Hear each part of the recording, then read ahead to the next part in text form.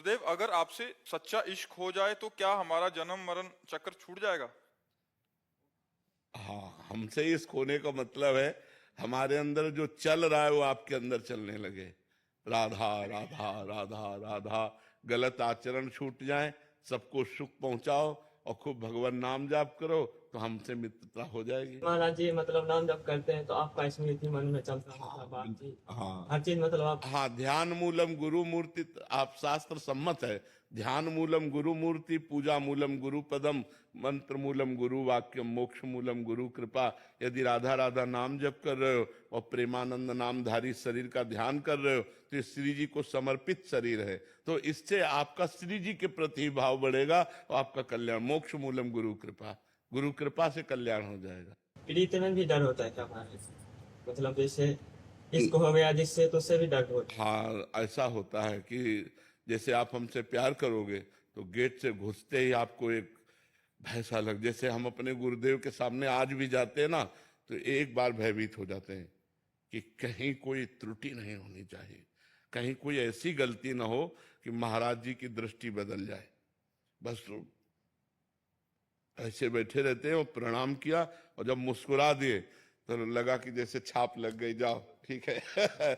और कभी मान लो जैसे अपने भाव में उन्होंने दृष्टि नहीं दी तो सैकड़ों बातें दिमाग में, यार कोई गलती तो नहीं, कहीं हमको अहंकार तो नहीं आ गया, कहीं ऐसा तो, हे भगवान गुरु जी प्रसन्न रहें, हे भगवान गुरु जी। अब तो एक हमारा ये संबंध गुरु शिष्य का ऐसा है कि इसमें प्रियता भी है लेकिन इसमें एक भय भी है।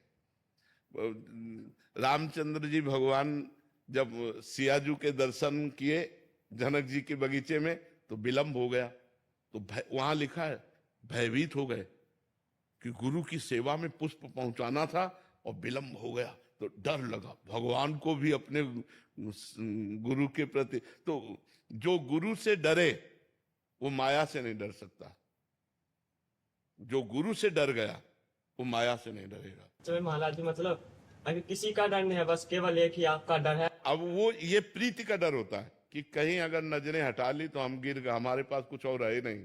सच्ची कहते हैं, जैसे गुरुदेव गुरु तत्व है ना, तो अब जैसे गुरुदेव हैं और वो प्रसन्न है तो हम बिल्कुल एकदम ऐसे रहते हैं जैसे बादशाह, और गुरु जी की दृष्टि बदल जाए तो जैसे भूमि हट जाए तो फिर कहाँ रहेंगे।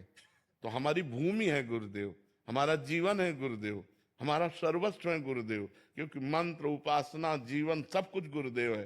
तो ये डर बना ही रहेगा, पूरे जीवन भर बना रहेगा कि कहीं उनकी दृष्टि न बदल जाए, और वही डर हमको सुरक्षित रखेगा।